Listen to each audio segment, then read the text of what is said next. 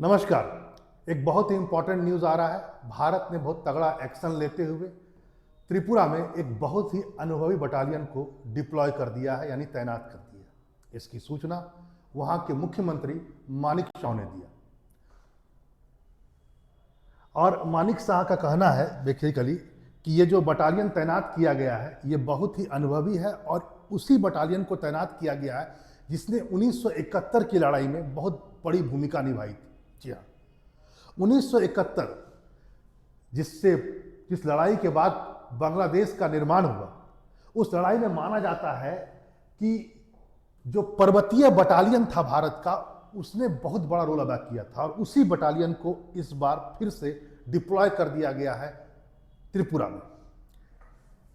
यह जो बटालियन है, पर्वतीय बटालियन, ये बेसिकली 32वीं कोर का हिस्सा है और 32वीं कोर का हिस्सा ये पर्वतीय बटालियन के अंतर्गत जिसको भेजा जा रहा है वह है 20वीं पर्वतीय डिवीजन।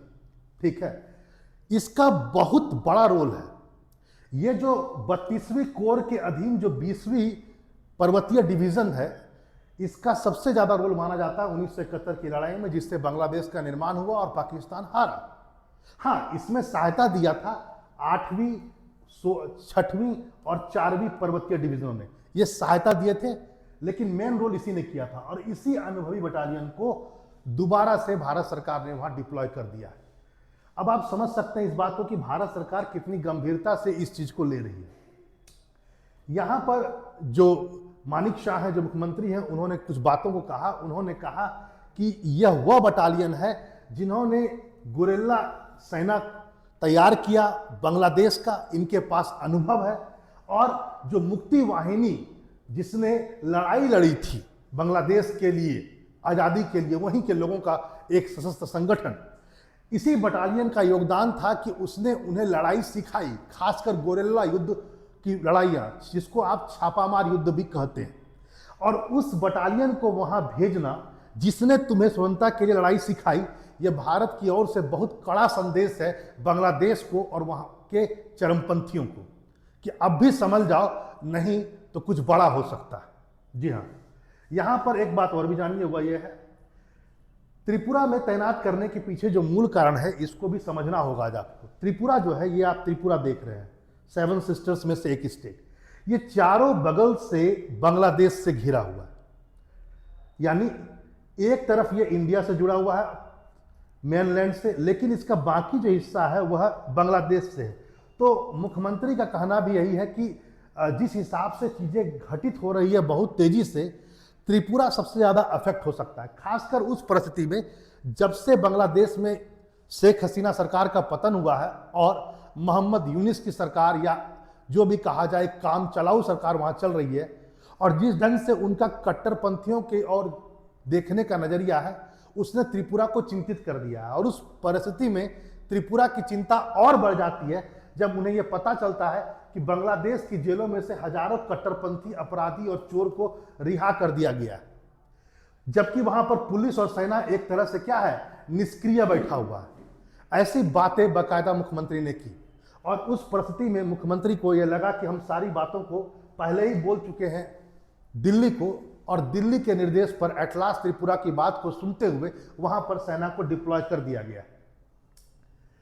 यहां पर कुछ बातों को और भी कहा मुख्यमंत्री ने कहा कि अभी अंतर्राष्ट्रीय सीमा पर सैनिकों को प्रेजेंट नहीं किया जाएगा। तो इस पर कुछ लोगों ने कहा कि ठीक है, अंतर्राष्ट्रीय सीमा पर यदि आप सेना तैनात नहीं कर रहे हैं तो फिर सेना भेज क्यों रहे हैं, प्रदर्शनी के लिए? तो उन्होंने एक बात, बहुत अच्छी बात कही। उन्होंने कहा कि उनकी अनुपस्थिति अंतर्राष्ट्रीय सीमा पर अभी, इसको बहुत ज्यादा बड़ा करके आप मत देखिए। क्यों? क्योंकि आज के तारीख में भौतिक तैनाती, मतलब पुलिस को एकदम वहीं, सेना को एकदम वहीं पर तैनात कर दिए जहां पर युद्ध लड़ा जा रहा हो, यह कोई आवश्यक नहीं है। इसका उन्होंने एग्जाम्पल भी दिया, ऑपरेशन सिंदूर।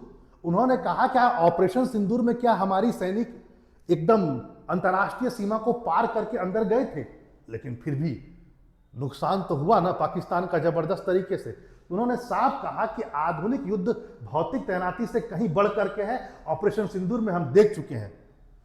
यानी एकदम मैसेज क्लियर है बांग्लादेश को भी कि हम अपने यहां से बैठ करके भी तुम्हें डील कर सकते हैं या हम जो भी टारगेट फिक्स करेंगे उसको हम खत्म कर सकते हैं। यानी सिंपल अर्थों में इन्होंने इस बात को कह दिया। वैसे इस बात को भी जानिए भैया है, आज ही का न्यूज है कि बांग्लादेश ने भारत पर आरोप लगाया, वैसे डेली आरोप लगा रहा है। बांग्लादेश के फाइनेंस मिनिस्टर ने आरोप लगाया कि हम बहुत तेजी से भारत में बदलते हुए घटनाक्रम को देख रहे हैं। हमारे दूतावास पर ऐसा लगा कि कुछ भारतीय लोग हमला कर सकते हैं। खासकर हादी की मृत्यु के बाद जिस ढंग से भारत में आक्रोश बढ़ा, जो बांग्लादेश में जिसकी मृत्यु हुई थी, उस लड़के की मृत्यु हुई थी, उसके बाद जिस ढंग से बांग्लादेश के लोगों ने एक है ना हिंदू व्यक्ति को जला दिया, उसके बाद स्वाभाविक था कि भारत में प्रतिक्रिया होती। कुछ लोगों ने बांग्लादेश के दूतावास के बाहर जरूर नारे लगाए थे, लेकिन वो सिर्फ नारा था। इन्होंने क्या कहा बांग्लादेश ने कि नहीं, नारा नहीं लगाया, हम पर अटैक की मंशा थी। नारा इस ढंग से वो दे रहे थे मानो हम पर आक्रमण कर देंगे, तो हम रीड कर रहे हैं और हो सकता है आने वाले समय में हम अपना दूतावास बंद कर दें भारत में। बंद कर दो यार, कौन रोका हुआ है तुमको बंद करने से, अभी रोक दो, ठीक है। वैसे एक खबर और भी आज जान लें भैया है, अज्ञात शूटर का कहानी शुरू हो चुका है। इससे पहले आपको पता है हादी की जो मृत्यु हुई, उसको किसी व्यक्ति ने गोली मारा और आज फिर एक छात्र नेता जो था उसके सिर पर गोली मार दी गई है। नाम है सिकंदर, इनके बाएं मस्तिष्क पर गोली मारा गया। ये कौन है जरा बता देता हूं मैं आपको, जान लीजिए। ये National Citizen Party, Mohammad Yunus की बहुत करीबी माना जाता है इस पार्टी को, नेशनल सिटीजन पार्टी। इसी का नेता ने पहली बार अभी कुछ दिन पहले, आपको पता होगा, जिसने बोला था कि हम भारत के 7 सिस्टर्स को अलग कर देंगे, है ना, भारत हमारे लिए विकास में आ रहा है। जिसके बाद हमने उनके है ना राजदूत को भारत तलब किया था। इसी पार्टी संबंधित ये व्यक्ति है, माना जाता है बहुत टॉप मोस्ट इस पार्टी में है। इसका जो पूरा नाम है वह है मोहम्मद मोतलेब सिकंदर। इसको खुलाना जिले में गोली मारी गई थी, आज मारी गई है। वैसे अभी ये जिंदा है लेकिन बहुत क्रिटिकल अवस्था में। कहना बड़ा मुश्किल है कि आखिर इसको किसने मारा। वैसे कुछ लोगों का मानना है कि कहीं ना कहीं यूनिस का भी हाथ हो सकता है, मोहम्मद यूनिस का। जिस ढंग से कुछ दिन पहले आपको पता होगा उस्मान हादी की मृत्यु हुई, फिर ये, क्योंकि देखिए चुनाव आने वाला है, दो बातें हैं, या तो मोहम्मद यूनिस चुनाव करवाना चाहते हैं या नहीं चाहते हैं। यदि चाहते हैं तो वो ये चाहेंगे कि जीत करके वही बने एट लास्ट बांग्लादेश के प्रधानमंत्री। तो किस परिस्थिति में बन सकते हैं बांग्लादेश के प्रधानमंत्री? जब उनका अपोनेंट कमजोर हो, और वो नहीं चाहते हैं कि ज्यादा रेडिकल लोग जो हैं वह ज्यादा मुखर होकर के सामने आए और पता लगा उनका वोट बैंक कट गया और वो सत्ता में नहीं आ पाए। यानी उन लोगों को बीच से हटा दो जो उनके प्रतिद्वंदी हो सकते हैं। पहला पॉइंट तो ये। दूसरा पॉइंट वो ये भी हो सकता है कि वह एक ऐसा रास्ता बना रहे हैं, एक ऐसा प्लेग्राउंड बना रहे हैं जहां पर दुनिया को यह बताया जाए कि अभी बांग्लादेश में चुनाव का माहौल नहीं है, कुछ दिन तक चुनाव टाल के रखिए और हम तो बांग्लादेश के हेड बने हुए हैं और बने रहेंगे आगे भी। तो ये सब चीजें हैं। कुछ लोग भारत का भी नाम ले रहे हैं। मुझे नहीं लगता है कि इसमें भारत का कोई रोल है, क्योंकि जिस ढंग से वहां चरमपंथ बांग्लादेश में बढ़ रहा है, कोई बड़ी बात नहीं कि वहां पर कई गुट सक्रिय हो चुके हैं।